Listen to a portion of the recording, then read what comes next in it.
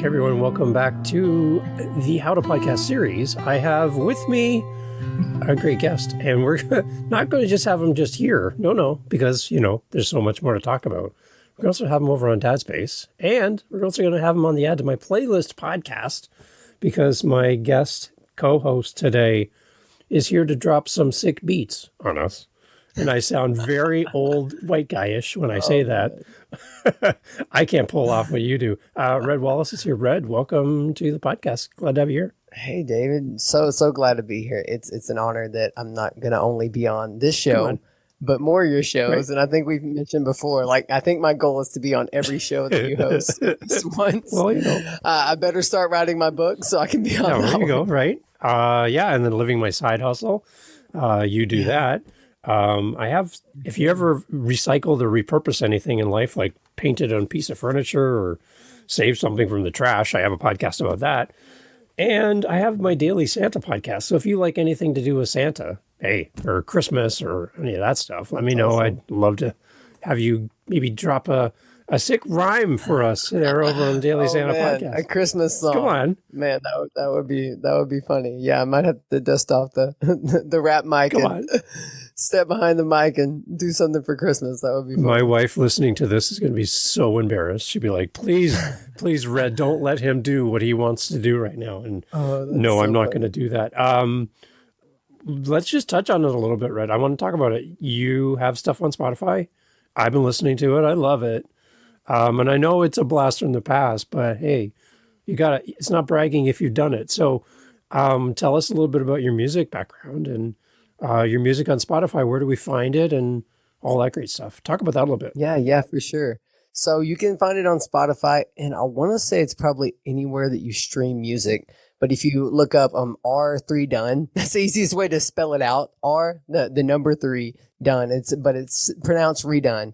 And that's kind of was my rap name when I rapped. But yeah, I had a 10-year rap career. I wrote my first rap in 2008. So I was a sophomore in high school, and I just got really encouraged one evening because we had moved towns. So between my freshman year and sophomore year in high school, we moved to a new town because my dad got a new job, and it was super country, rural Texas. I mean, we grew up, it was kind of country where we were, but it was a little bit more in the city. So that's where kind of the beginning of my love for hip hop started. But then we moved to this country town. I didn't know anybody. My mom was super protective of me because, we moved from a place where on our street there were drive-bys and gang related activity. So when we moved, my mom was super, protective of me. So she was like, no, you're not going to go out and hang out with these people I don't even know. So I was sitting home, I think it was probably a Thursday night or something. And instead of going out and being a sophomore in high school, I was like, what could I do to pass the time? And because I started loving listening to rap, I was like, what if I try rapping? So I had my sister's hand-me-down Dell laptop, beat up old laptop. And I found this free digital audio workstation, DAW. Some of you may know what this is if you're into podcasting. And it was free, so I downloaded it, and I found this beat off of YouTube. And I was like, okay, so I have a beat, I have a way to record myself, but I need a mic. And I had this Xbox, and the Xbox, we had Rock Band, because I loved the game Rock Band. Yeah. And it had a mic that was USB. Yeah. And I was like, wait, the USB mic can go in to the computer, and then my voice will be recorded onto this beat. So here I am making this crazy, awful, it was so distorted and clipping, and I had no idea what I was doing. I was just this kid trying to be creative. And for whatever it was, I just fell in love with the process of writing raps. I grew up listening to Lil Wayne, listening to Eminem, and Eminem, his imagery is crazy. His storytelling, crazy. And it was so encouraging. And I was like, man, I could do this. So I just started writing raps and making raps and made a few mixtapes. The mixtapes, I'm sure you probably can't find those, nor should you find those because they were absolute garbage.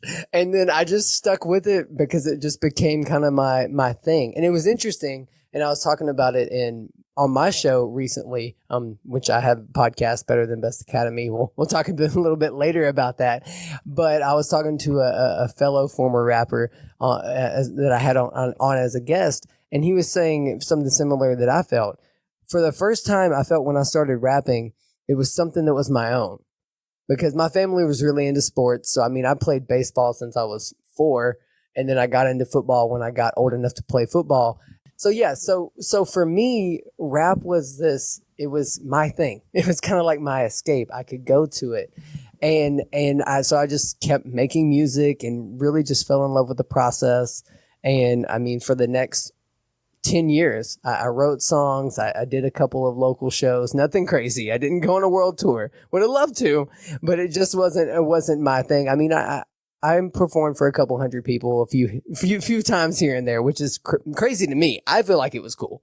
And it was such an experience for me. But it was just such a fun time for me because it was something that I resonated with that felt like it was my own thing. And I mean, I look back now on it and it was such a sweet time and a sweet season. And I feel like I've learned a lot of things from the time that I rapped that are now applied to my podcasting, to my coaching, to even being a father. And I think it's so interesting. I look at it like this. I feel like the seasons of our lives they kind of like stack on each other. and what we learn in one season, we take to the next.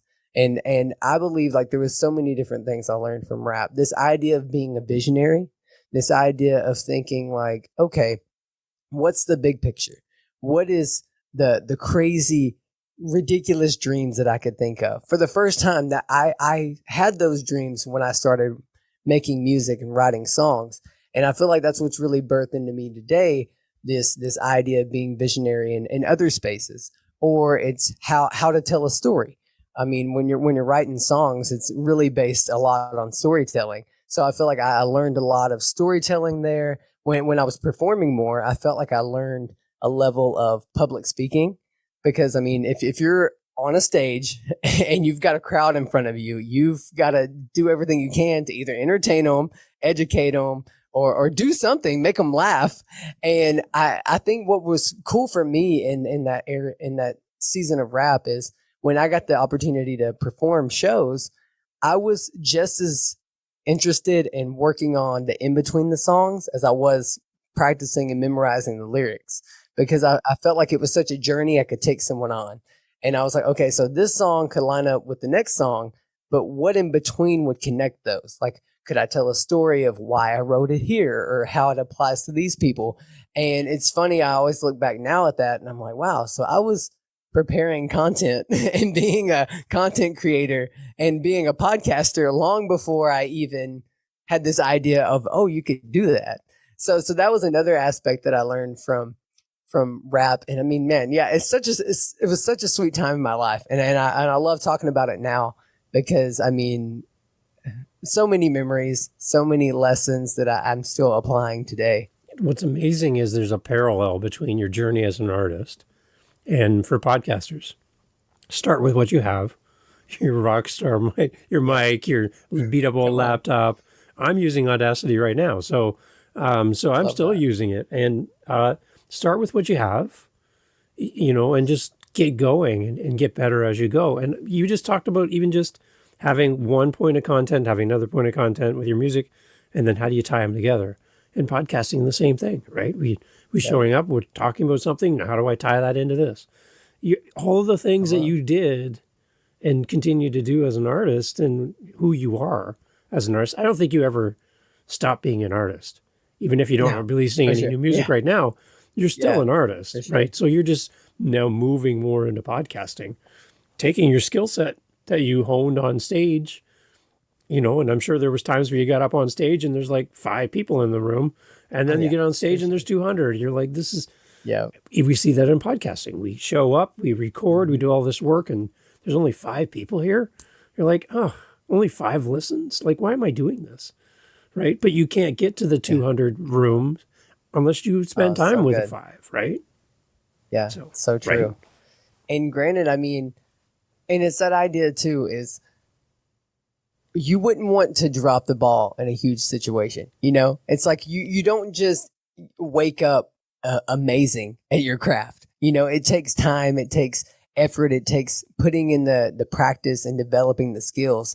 And goodness, I'm so glad that I didn't have 200 thousands of people sitting there listening to me stumble through everything when I had 5 people in the audience. And it was like my first show ever. I couldn't imagine. Like, yeah, I remember the first time I performed, it was at like a little local pub, like little pub grill kind of thing, sports grill. And I maybe had like 4 friends. Like everyone there knew me except for the people that had to be there to work. And I sang like one song. And it's funny, a lady that worked with my dad was like covering newspaper. My dad worked in the newspaper, so she had a camera, and I think she videoed part of it. And I remember looking back and like, oh my God, I'm so glad no one else was there to see that. Sweaty and nervous. I didn't sit still. Like, I mean, I was a ball of energy, but you could clearly tell that I was freaking out.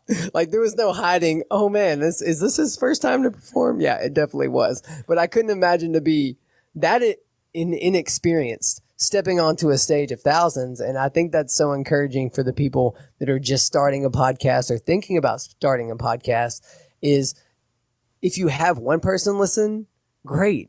If you have no people listen, great. Because I mean, you were still learning and you're still developing your skills. And I mean, even now, I mean, I started in 2018 making podcasts and I've put out probably, one show a week every week since then with a couple weeks off. So you do the math, that's a decent amount of shows. And even then I'm like, I feel like I'm just getting started when it goes to the skills. And I think that that's something that we should be encouraged by is no matter the audience size, you're still making an impact and making a difference. And so many of us get, especially on social media, we get into these spaces of like, oh, we see the 100,000 subscribers. You see the millions of people following people, and that's great and all. But could you imagine the pressure of that? Like, have you counted the cost of that? Like, I love it said. I heard a singer talking about this idea of she recently had the thought of, I wonder what it cost to be Beyonce. Like you think about Beyonce, and you can't go anywhere without being seen. And no one's asking you how you're doing. They're like, go perform, go do the thing you're known for, and then get off stage when you're done, kind of thing. And like people don't see the dark side of great success and great influence. And I would encourage the people that are starting out is be grateful for the faithful few in the beginning and be grateful for the integrity and the character that's being built now. Because that character is what's going to keep you in the rooms that your talent will get you to. And I feel like a lot of people miss that. They're just ready to make it. They're ready to get the huge screaming fans and make the millions of dollars. But what happens when you get all of that and you don't know who you are? Like what happens when you get to the peak of success? Definitely air quotes, because we know very well that success could be defined in many ways, but this stereotypical idea of success, like when you get there and you don't know who you are, or you don't have your family doesn't know who you are. Like I was talking to a fellow stay-at-home dad the other day, and it was that idea of you could have $100 million business or podcast, and if your marriage is in shambles and your kids don't even have you at home, then what's it for? Like, like it's really that idea of count the cost. And that might have been a tangent to what we were talking about, but I felt like it was necessary to say. It's good. It's great. Now talk about your podcast. We mentioned you were going to talk about it. Let's talk about it. Tell us about your show. What's it about? How long have you been doing it? Give us an idea of maybe even where to start listening for a first time listener. Talk about your show. For sure. So you can hear it anywhere you stream podcast. It's the Better Than Best Academy with Coach Red Wallace. I'm sure if you just type in the Better Than Best Academy, you'll see it, but you'll see this ugly mug that you see here, this handsome fellow that you see. You'll see a picture of me and you'll know that, okay, that's the podcast. But yeah, and I started in 2018. So it's really interesting. When I felt led to stop rapping was right after I just started the podcast. And it's really interesting how it's like you step out of one season, step into another season kind of idea. But yeah, I got encouraged by a mentor of mine, and I was just working out one morning before work. And at the time I was working for a media ministry. I was doing video editing for YouTube. So I was starting to learn what it was to produce content and from behind the scenes aspect. And I was just working out, about to go to work, and I got a text from one of my mentors, and she sent me a podcast, well-known, Lewis Howes. Yeah. He has the School of Greatness. Yeah. And she sent me his like 5-Minute Friday. And it's where he has like a little motivational 5-minute podcast, nothing too crazy. But it's really encouraging, it gets you going. And she texted me that, and she's like, I feel like you could do something like that. And it's funny, I talked to her about it now, and she like forgets that she even mentioned it. And I'm like, isn't that crazy how like the important voices in our lives, you get ideas and send things to people and you don't even remember you birthed a whole change in trajectory. But yeah, so I saw that, and I was like, I could write like a 5-minute audio message and put it out there for people. Right. I was learning how to do the back end stuff for the ministry I was working for. So I was like, yeah, why not? So it started just me. And I mean, me being Christian in faith, I really enjoy studying the Bible and applying it in a practical way to our lives to encourage us. So it started as just Motivational Mondays. It was like Bible principles that will motivate you to conquer your week. That was literally just what it was. Super simple, nothing crazy, no bells and whistles. And it was like 5 to 8, 10 minutes tops. And I would just press record, and I would have music in the background, because obviously my music background. I was like, man, and sometimes it was almost like spoken word. Sometimes it rhymed, not intentionally. It's just, it was like the transition out of being a rapper to being more of a speaker. And it was like this really interesting integration of both. And I did that for a while before I even got the idea for video. And then I'd say it was probably the end of 2019, early 2020 that I made a few video options. Good. And I mean, I'm surrounded by when I was working for this ministry, quality video setup. And I was like, cool, I can use one of those cameras. Like, probably should have asked permission before doing it. But like, I'm in there after hours. Like, I mean, I recorded one of my main albums in my office at that ministry after hours, because it was soundproofed, because I was doing a lot of video editing and I had the mic set up. And I was like, man, I'm going to capitalize on this. And so I did. And it goes back to being resourceful with what you have. Yeah. Granted, sometimes, I probably should have asked permission. Thank you. Yeah. Thank you. If you're listening, thank you so much for providing that space for me. But the flip side and the dark side of that, though, is like I was a part of this really well polished, put together machine, I guess you could say. Because I mean, when my former boss would record videos, I mean, she was on TV, Daystar TV, and we had a 3-camera setup, teleprompter, studio lights. We had the whole setup. And coming out of that, and when I felt led to quit that job, be a stay-at-home dad, and really try to still make the video podcast happen, I had my phone, I had Zoom. Yeah. Like my quality was not nearly at a perfectionist standard. And that was kind of I'd say one of the challenges that I had to get over. But then I heard a great, I think it was Think Media, someone on YouTube that helps people start their YouTube channels. And it was that idea of just getting started and that idea of a low barrier of entry. Mm-hmm. And I mean, I feel like even more so as technology has grown, you can start a podcast with literally your phone. Right. Yeah. Like if you have a decent phone that can do a voice memo, boom, there you go. Yeah. You have an audio podcast that you could record. And then there's a ton of sites out there that you could get hosted on. Like, I mean, Spotify for podcast is it used to be anchor.fm. Yeah. That's what I use to host mine. There's Buzzsprout. There's a ton out there. I won't get too deep in the practicals. But yeah, like, and it's that idea of just getting started for me. Now, granted, thankfully, we're using Zoom. I use Zoom as well for when I do interviews.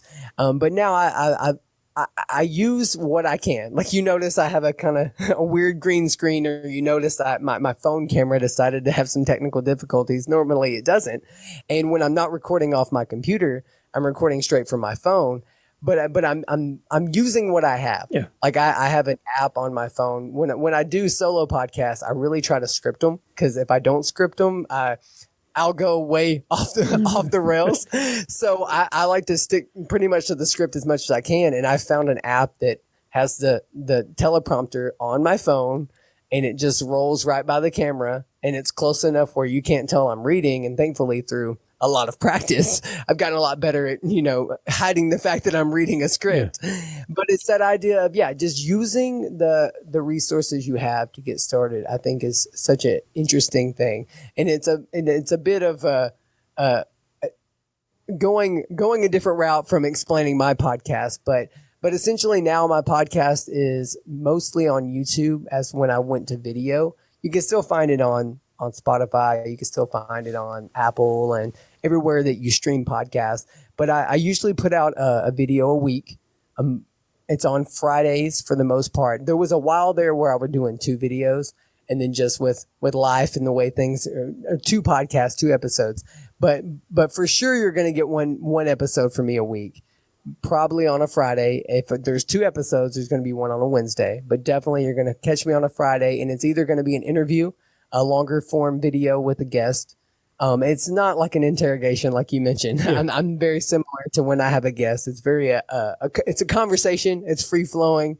If my guest wants to take it somewhere interesting, I'm along for the ride, and it's interesting being on the other side, because now I'm like, oh, cool. So I'm gonna interject a little bit more than I normally would on my show, and then of course I also have the solo podcast as well, where it's very similar to what it was when it first started. It's a shorter, kind of more compact, get you in and out, get you motivated, encouraged, and hopefully give you some practical tip to get you going to the next level. And the name of it now is the Better Than Best Academy. And that came from actually first a song I wrote. Of course, it started as a song, and it came from a quote I heard from Tim Duncan, and I won't butcher the quote, but he's basically saying, like, never let it rest till your good is good and your better is best.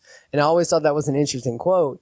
But then it was that idea of, like, we're never going to reach our best. And if we are committed to growth and always getting better, there's always something to improve, not into a aspect of being like a perfectionist or anything, but that idea of, like, there's always something that, in some way, to grow. Because I believe if we're not growing, we're dying. And I don't know about you, but I want to grow, and I want to be the best that I'm humanly capable, and really live out my purpose and make the biggest impact that I can. And that's kind of where the thought process came behind calling it the Better Than Best Academy. And it's that idea of a lot of the stuff that we were taught at school wasn't necessarily what we get taught by the school of life, the school of hard knocks, as they say. But that's kind of where that intersection came.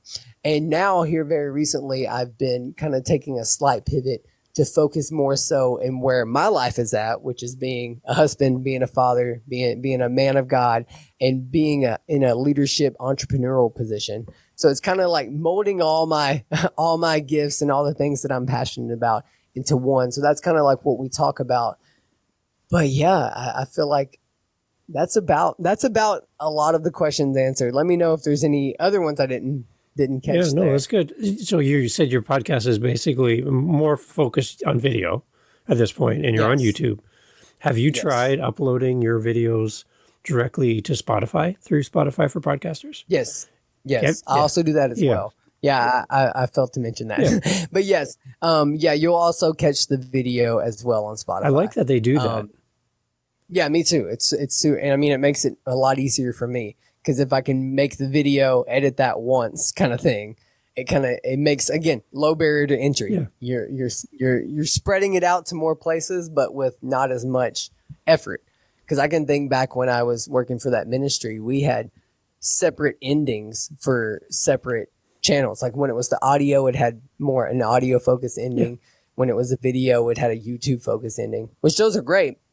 But as far as for me in this time frame that I'm at, I'm all for making the most out of my time. So yeah, in the future, when I'm able to kind of hire more of a team, I definitely see myself doing something like that. And I think there is a lot of benefits for having both when you are able to. But again, it goes back to talking to those that are getting started or just started. You don't want to bog yourself down with too much in the beginning. You want to do what you can do that's going to be sustainable. Yeah. And I think that was a big thing that I learned. I feel like trial by fire for sure. Cause you start running out the gate and you've got huge vision, And then you have to think, once you cast the vision, slightly scale it down to as much as you can handle for as long as you can handle it. Because you definitely don't want to set yourself up for failure or set yourself up for burnout. Because if you've got a passion to start a podcast, you don't want to be the statistic of you make it to one episode, you make it to 3 episodes. What's the stat? Like if you make it past, I saw it the other day. I should have memorized it and wrote it down. But it's like if you make it past, I think it's like 5-10 episodes, then you're in the top 1% of people that podcast. Yeah, because you actually stuck with it, right? Yeah. And there's something to be said about consistency, and I feel like that could be applied to all areas of life, but especially when it's into podcasting, because I feel like if you're really wanting to grow a podcast, people need to know that you're going to be reliable. If you're posting, I'll post once this month and maybe twice next month, and it's on different days. I get it. Some seasons, you're doing your best to get out episodes, but I would encourage those at home that have the podcast is think about what day and time can you consistently post at a consistent basis, whether that's bi-weekly, once a month, once a week, and really stick to that and see if that doesn't help you over time, because people are going to expect it. And then when you say you have a season and the season ends and you take a break, people are going to be anticipating for you to start back. So there's that whole level of thought too. I love it. And right now we're recording this in November 2023, and it's National Podcast Post Month. Short form hashtag is NaPodPomo, which sounds funny. It's like I'm making up a new language. But we're releasing an episode here on this podcast every day for the month of November, which is 30 episodes in a row, which is like more than half a year's worth of content in 1 month. So, and I'm doing that on 2 shows. So I have 60 episodes total going out this month on 2 podcasts. And it's crazy because when I look at my stats, I'm seeing new engagement because there's this frequency happening. And I warned everybody ahead of time, hey, your phone's not broken, but you're going to be seeing a lot of Dave on your phone right now. But it's just part of this whole thing. We want people to know more about podcasting. So as podcasters, we're getting together to do this. I just love the connection with an audience and creating content and then having feedback from your audience.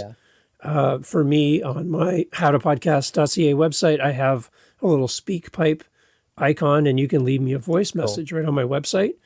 And then I get these voice messages emailed to me. I can download them or listen to them. I can respond as a voice message back and have a conversation with my listener. But I take their messages and I make little mini episodes for people when they call in and leave me a message. So I'll create an episode for your podcast, Redden. I'll bring in your message. I'll bring in your trailer and talk about your show and put you out in front of my audience to say thank you for reaching out and leaving me a message. Because I think once you start getting feedback from people, you go from speaking to a fake person that you'd never met to an actual name. So I can name to you people that I know and where they live and when they listen. And, that interaction is probably the most amazing thing to foster and see that grow.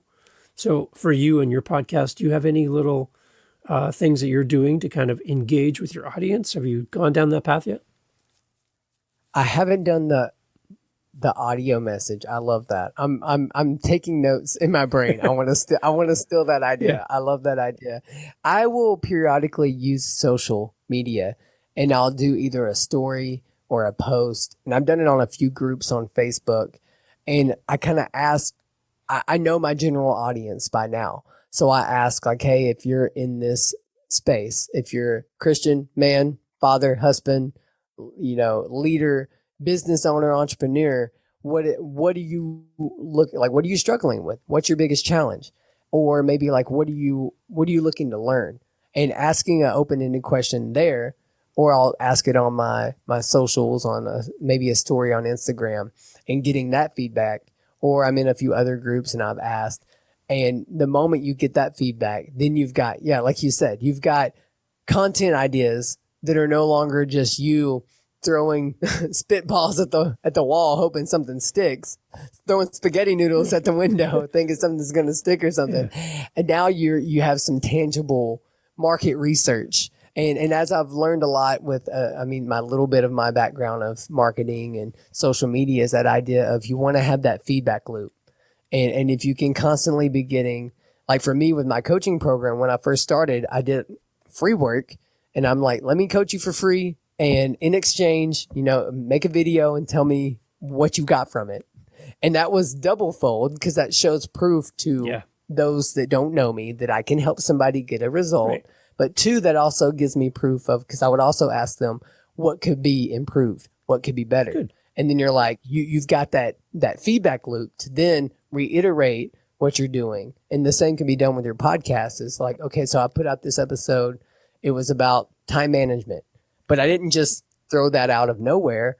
I asked entrepreneur dads what was their biggest struggle currently, and like 3 or 4 of them said time management. How can I manage my time effectively to be able to be there for my business and for my family? And I'm like, perfect, now I got fuel for the fire to help someone. Because ultimately when it comes to podcasting, like, obviously the conversations and the stories are great, but there's that level of using the technology we have to our advantage to help someone. Because in my thought process, and even when it comes to creativity is problem solving at its core. Like, you even think of a great song. A great song is going to provide you with something, right? Like it's gonna captivate you. It's going to give you this idea of intimacy, this idea of progress, this idea of meaning. And when you can think of what you're doing, making your podcast from that angle, it really opens up a way for you to grow your podcast that in a way that's actually impacting people.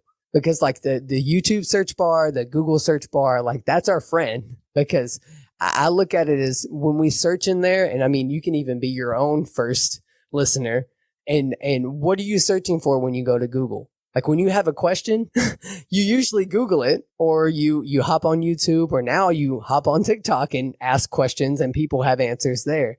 But you notice if you search those things and you see there's a common theme, like I noticed there was a common theme of a lot of entrepreneur dads needing help with time management. So I was like, let me make some content on that. Or there's that idea of a lot of people experience this feeling of burnout. So I'm like, there could be something there. How could you prevent or beat burnout? So then I made some content on that, made some podcast episodes on that. And that would be one interesting way to think of when you're doing things. But yeah, so to answer your question, the best way that I do that is doing stories or doing posts. But I love that idea of having like a speaking button, like a little record a message button, because that's so personal. Because I feel like another aspect that a lot of podcasts are missing, and probably the reason that they're not seeing the growth they want to see, is they don't have that community piece. Yeah. Because as human beings, we want to be connected. We want to be known. We want to be needed. Known and needed is the two things that come to mind when I think of it. And if you can express that to your audience, that they are needed, like you need them. Like, honestly, think about it. Like, for us to make better content, for us to put out these shows, we need an audience. Right. So when people feel needed, they're like, oh, okay, I'm needed in this. And then also they need to be known. They need to be felt like they're heard and seen. And there's nothing like that personal touch of being able to record. I love that idea, because then they're being heard and seen. Yeah. And you're not only answering them through a separate thing, you're literally making that into an episode. Yeah. And I think that's so cool. Yeah, like if I'm listening to your show and all of a sudden my voice is on your podcast read, I'm going to tell you, I'm going to share that with everybody. Because, if I'm not a podcaster, we got to remember that not everybody is. I wish you were, but not everybody is a podcaster. So they don't get the behind the scenes stuff. They don't understand podcasting. But to hear my voice on your show, I'm sharing that with everybody. I'm bragging. I was on Red's podcast. Here's the episode. Listen, it's me at minute 2:30. You can hear me, my voice, and I'm going to share that with everybody. So it's kind of a great way to kind of build that. Another thing that I do on Instagram is I just randomly go through my newest followers in the last week or so, go into the DMs, and instead of typing them a message, again, podcasters, we use our voice, I leave them a voice message and just be like, hey, Red, thank you for checking out my Instagram. So happy you're here. You know, I know you could follow anybody on Instagram, and for some reason I caught your eye. I truly appreciate you. If there's anything I can do to help you in the future, let me know. But I just wanted to stop in and say thanks. Now, that can't be done by a virtual assistant. That can't be done in bulk. It's done one at a time. It's my voice. You're hearing me talking to you. And that opens the door then for you to respond or create conversation with your audience. You've opened the door and you've gone beyond just the voice on the podcast. Now you're talking to me directly. That's like so cool. And I think we have to realize that our listeners are a little bit skeptical that we're going to do what we said we're going to do. So I know it took me many episodes of saying, leave me a voice message, I'll respond. And some people have said, you know, Dave, I heard you say that over and over again. But I thought when I heard you, I'm like, yeah, this is all just talk. He's not going to do it. And then it's finally like I annoyed them enough by saying it so often that they finally said, okay, fine, all right, I'll do it. But I have zero expectation he's going to respond. And then when I respond, and then I create an episode for them, and then I start talking about them on my show, it's like, he's a real person. Like, this is a real person. And that skepticism is alleviated and removed. Because how real are people on social media? I don't know. I don't know. But I mean, especially now with AI, they're literally making videos of humans talking, and you're like, wait, what? Yeah. It's crazy. But yeah, you can't fake that humanity factor.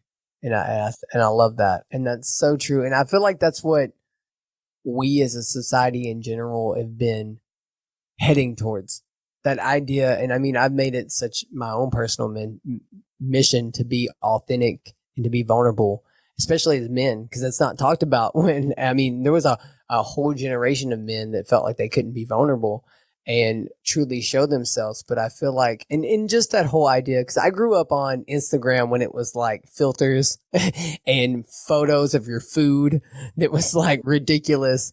And then there was this shift when TikTok came, where the next generation wasn't really worried about the polished. And they were just like, I'm just going to be real. I don't have makeup on, you know, and girls are like rolled out of bed and they're just talking to the camera. And it was just such a shift. And then we go into this crazy pandemic lockdown, and people had no choice but to show up on Zoom in their PJs. Yeah. And it's like, it's so interesting to me that like we almost had to like peel back all these layers to get to where we are now. And as we rebuild, we have that opportunity to be as connected as we've ever been. But that's not going to happen if we don't take those extra steps of being human and not being afraid to be like, you know, sometimes my camera messes up, you know, or sometimes the kids barge in. Like I've had some episodes where I was literally taking care, like I've had to feed my daughter a bottle once on an episode, and I'm like, this is real life. It's not the most professional, and I'm sorry, but this is my life and you're along for the ride. So thank you for being a part of this. And I think there's such a beauty in that, to see that, oh, we're all human. Yeah. You know, we all bleed. We all have bad days. We all sometimes, you know, get sad. And if it's not talked about, then we almost pretend like, oh, we're these perfect people, and we're far from perfect.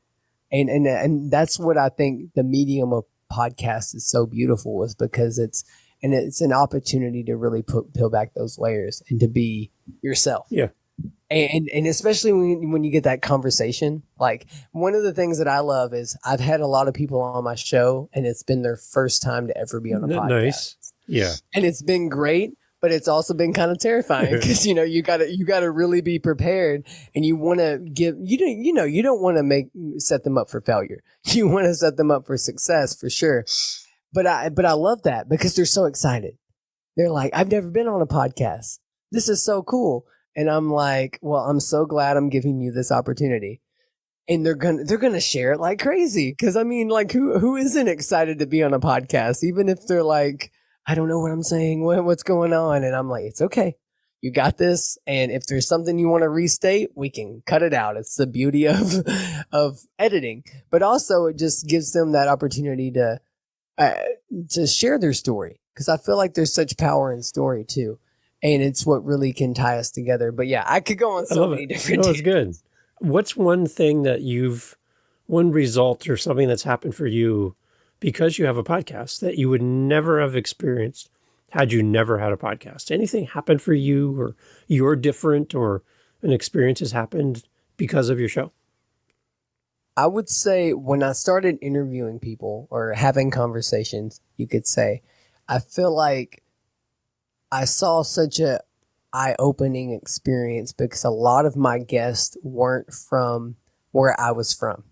So it was really cool. Like, I mean, I'm from the US and I was having all these guests from overseas. I had a guy from the Netherlands. I had a guy that's out in Sri Lanka. And it's crazy to think of technology is allowing us to have a conversation in real time over crazy time frames. There was a guy that I worked with that was from Egypt, and learning different cultures, seeing different backgrounds really opened my eyes to the humanity of the world, and that it's so much bigger than we think.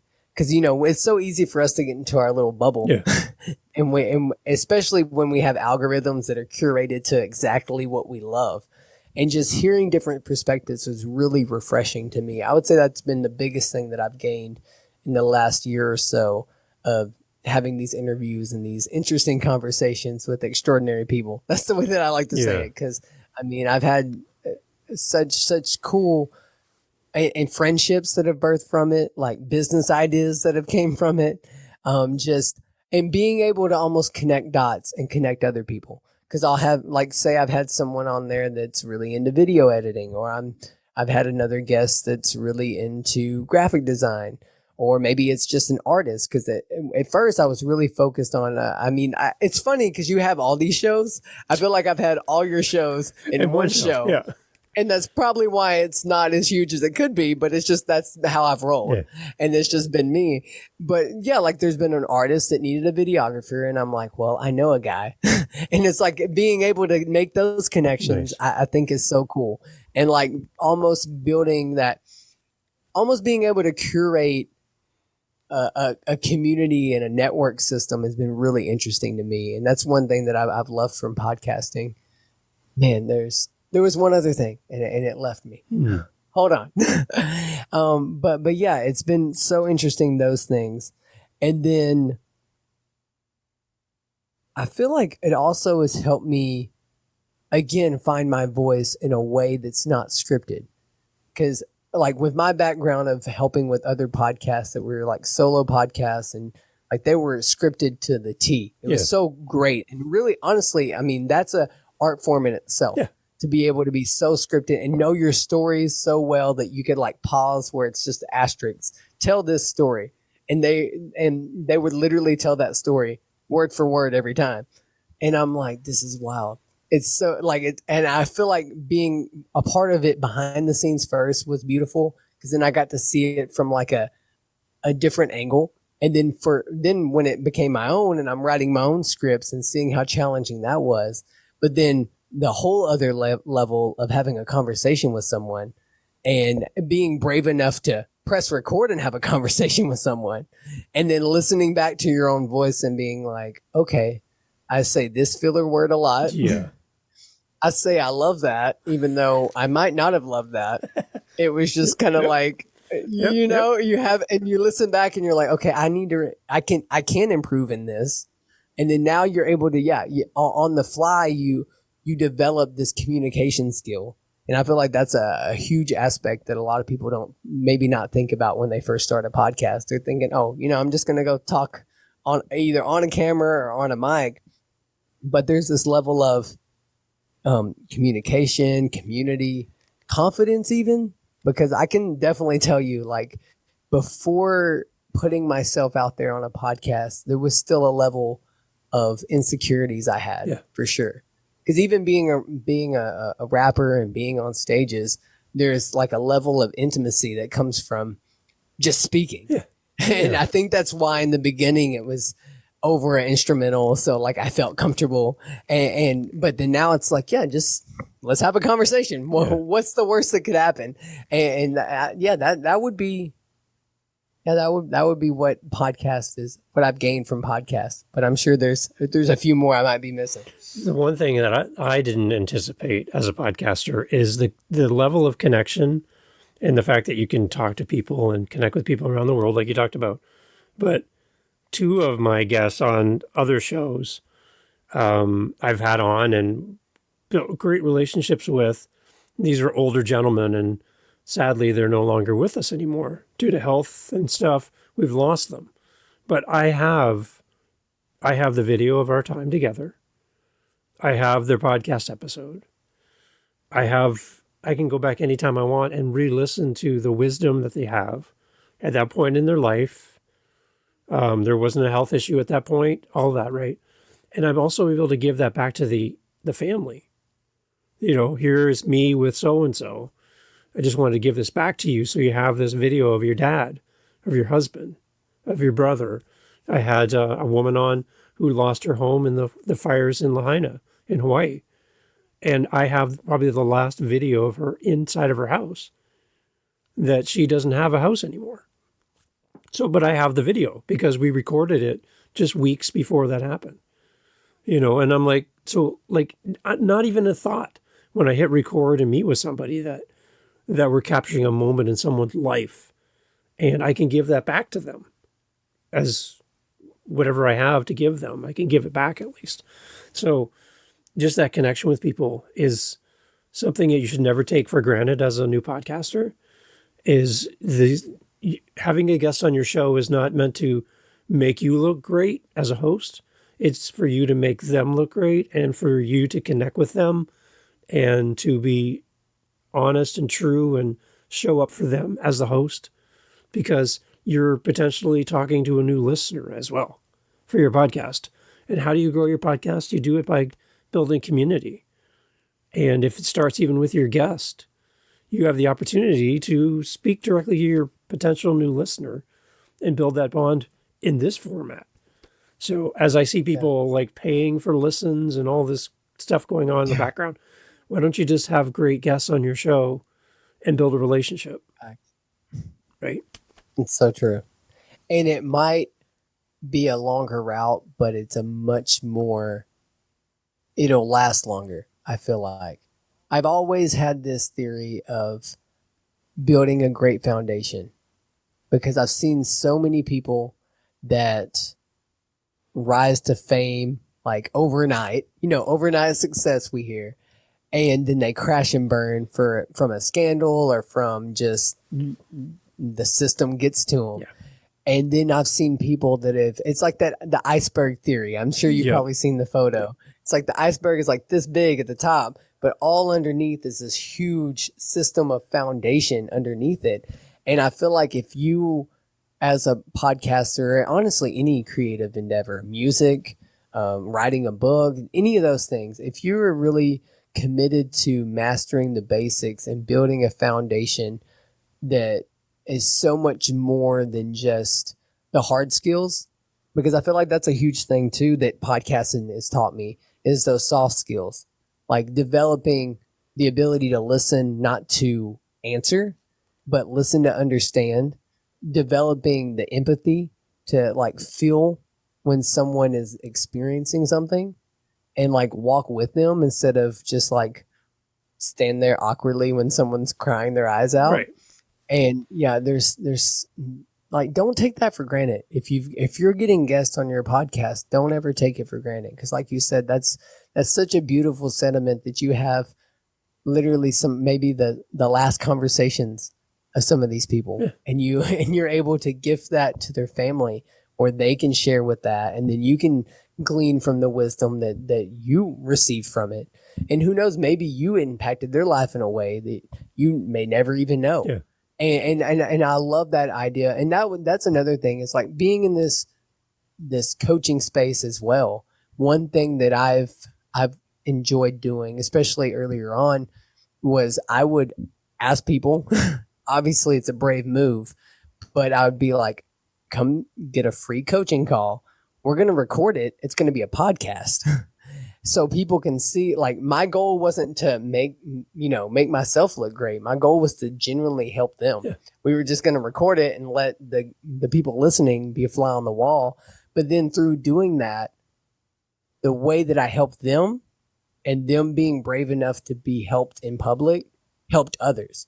Because maybe the person listening went through a similar situation, and then they're able to maybe get advice or think of things from a different perspective that they had not thought of before, that they wouldn't have gotten from just me having a guest that I'm like, oh, this guest has got this many followers and done all this, so they're going to make my podcast grow. Yeah.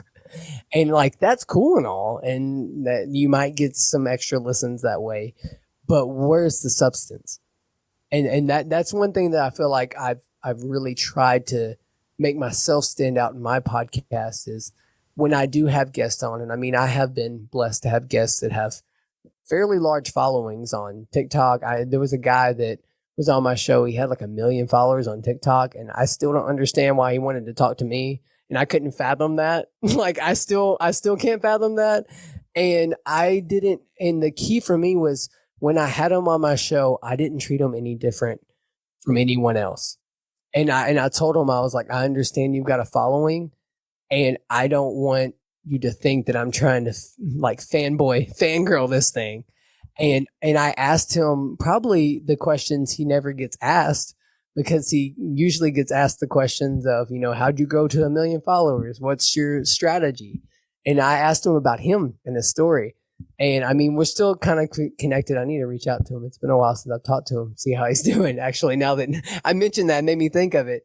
But yeah, and I feel like that's what's going to really build longevity in those that are out there wanting to grow a podcast and how to podcast is, if you're in it for numbers and if you're in it to get rich, maybe think about the impact you're making first. Maybe don't get so blinded by the vanity metrics of millions of downloads or millions of views, and focus in on, like, how can I serve the person in front of me? How can I be fully present in the conversation that I'm having right now? And just see what happens. And then, come back, report to both of us, Dave and me, and be like, hey, I took that advice and I've made the wildest connections with people, and like, your life will be changed radically, opposed to, you're striving and you're trying so hard to manufacture this growth, when the growth will be a byproduct of you becoming the person you're supposed to be. Yeah. A podcast is a platform. As a musician, that's a platform. And you mentioned early at the beginning of our conversation who inspired you musically. And, they were inspired by somebody else when they were young. To think that there was somebody listening even today that listens to your music and they're like, R3DONE was the one thing that changed their life or gave them focus or made them want to become an artist. Like, how shocking is that, to know that your music that you write for yourself and you get out there and perform it and you try to grow community, there's somebody with their cheap microphone, their beat up laptop, trying to replicate what you've done. And you're that person for them, that if they could meet you and have this opportunity, they would freak out. I can't believe you're on my screen right now. Like, do you have any idea how much I really love your music? You've done this for me. You've inspired me. And whether you're a musician or a podcaster or whatever, there's people that really look up to you as a leader. So we need to make sure that we live to the expectations of our audience and that we present ourselves as real humans. All of our struggles and all of our wins, but show up for our community in a real, tangible way, because people are looking to us and shaping their future around our story as well. So it's got to be weird to know that there's somebody listening to your music going, I would love to talk to this person. That's got to be, or even our podcast. Right? Yeah. Yeah, it's crazy. It's like, yeah, and even it's been beautiful to be a guest as well because I was on a podcast recently and the guy reached out to me and he said that there's a guy that listened to that episode that was so inspired by the conversation that he shared it with his boss or something, and I think they were in Australia, and then like they shared it with their group in a C-suite, and I'm just like, I may never meet these people, Yeah. but the fact that one conversation, these two stay-at-home dads that just enjoyed podcasting and former rappers just had a conversation about being vulnerable as a man, and it's changing people's lives is it's huge, and those stories will be they're always like that's what makes it worth it to me. Like and I love that you mentioned the music aspect. There was this young kid that when I was rapping, he had cancer, and for whatever reason he was in the city that I was in at the time, and he had got a hold of my music and my music was inspiring him and encouraging him, and unfortunately he passed away from cancer. And I remember going to his funeral and just being like, man, that's just wild that this music that I made just Wow. because I was inspired to do something inspired this young man that lived this life and showed so much courage. I mean, I couldn't imagine being young and going through a terminal illness like that. And I mean, thinking of it today, I'm just like, wow, it's just wild. Or I think of another guy that I know, his name's Scott, and we're still connected today. And one of my first albums, he heard like my earlier stuff and was just so drawn into my music. He was like, I want to help fund this album. And he was in a space at the time. He helped, buy some beats so they could be leased properly, help me put together CDs. Like I'm actually like, I'm sitting here and I have, you might not be able to see There it it is. because the green. But it's like my first CD. You'll hear it on Spotify. But it's funny because on the back that I put his name as executive producer, and I mean I'm still friends with him. He comes to my community group at my church, but he'll still be listening to my songs. Like he'll send me a text randomly, and he's like, "This song, man, God speaking through you in this song wrecks me every time." And I'm like, what? That song? That from like years ago when I didn't even know what I was saying. Like it's crazy to see like that, like those stories will never get old for me. And it's definitely, it makes it worth it. And it's a good reminder for those that maybe have already started out and maybe feel like they're in the trenches and they're not seeing those results, is that keep doing it because you got to remember your why. If that's your why, to impact lives and to be that person for someone else, then you've already won.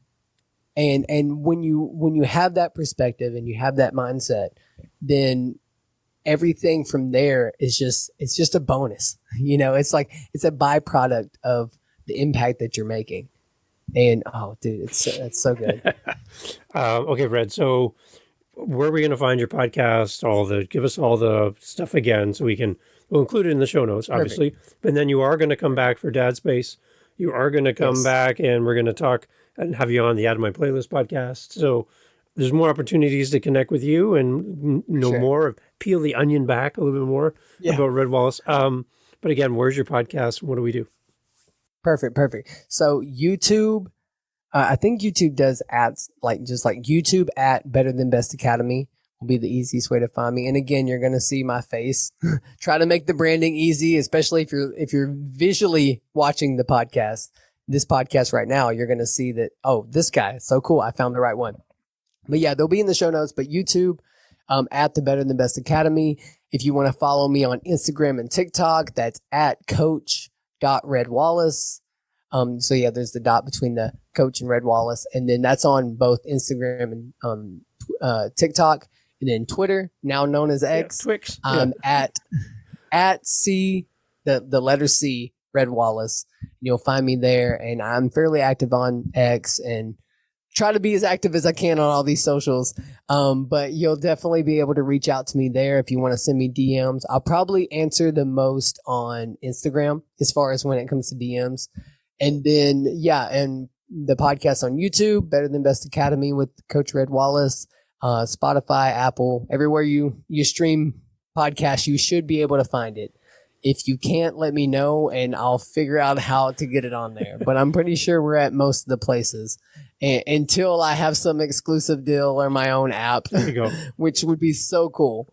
We'll cast some vision there one day maybe, and I'll have all my favorite podcasts on an app that I've developed. But who knows? Wow. Yeah. That's out of my mental capacity right now. But I'm seeing it done by a few people, and it's inspiring me for sure. Amazing. But yeah, so and then if you want to get to know a little bit more, because I do offer one-on-one coaching for men. I mean, it's targeted specifically for men, but of course, if you're a woman and you want to be coached and inspired, you can go to thebetterthanbestacademy.com. And from there, you're going to see a little explainer of what it is to be coached by me. But I do that as well. And that's something I'm encouraged to build. And I'm really inspired to, help men become better fathers, better husbands, better Christ followers, better leaders, all those things. I definitely have a heart to help men embrace their tough and tender. And meaning that is like a lot of times we feel like we can't show emotions or we can't be vulnerable. Yeah. But I want to encourage men that vulnerability is a super strength. And we can, we'll have to have a whole nother podcast about that one day. But yeah, as far as finding the podcast, Better Than Best Academy, anywhere you stream things, YouTube, and then following me on IG and TikTok at coach.redwallace. If you want to just go to the website and get the most information from the coaching, it's betterthanbestacademy.com. There we go. Red Wallace. And if you need somebody to drop a sick beat, to quote Taylor Swift, Red Wallace is there for you. So, hey, thanks for being here. I really appreciate it. Looking forward to having you on the other podcasts as well. Yes. We're checking the first one off of 7, right? I'll just make another one after that. We'll just keep going. Awesome. Perfect. I love it. Yeah. We'll just make our own podcast together. I love it. Red, thank you so much. For sure. It's so fun. Pleasure.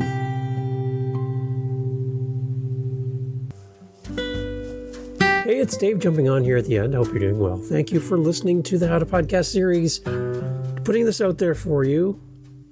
You're starting a podcast and you're like, Dave, the technology is giving me a headache. This editing thing is, I don't know. It's banana pants. I can't figure it all out. And you're thinking, if there was somebody who could help me with my podcast, I would pay them to do the editing for me. Guess what?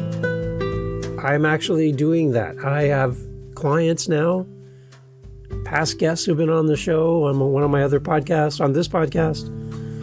I'm doing some podcast consulting. I'm doing podcast editing. I'm helping with people launching their podcast, getting it, all the technology stuff, getting your podcast in all the players, helping you with your YouTube channel, your website. Oh, it just goes on and on. It goes on and on. And I would love to help you.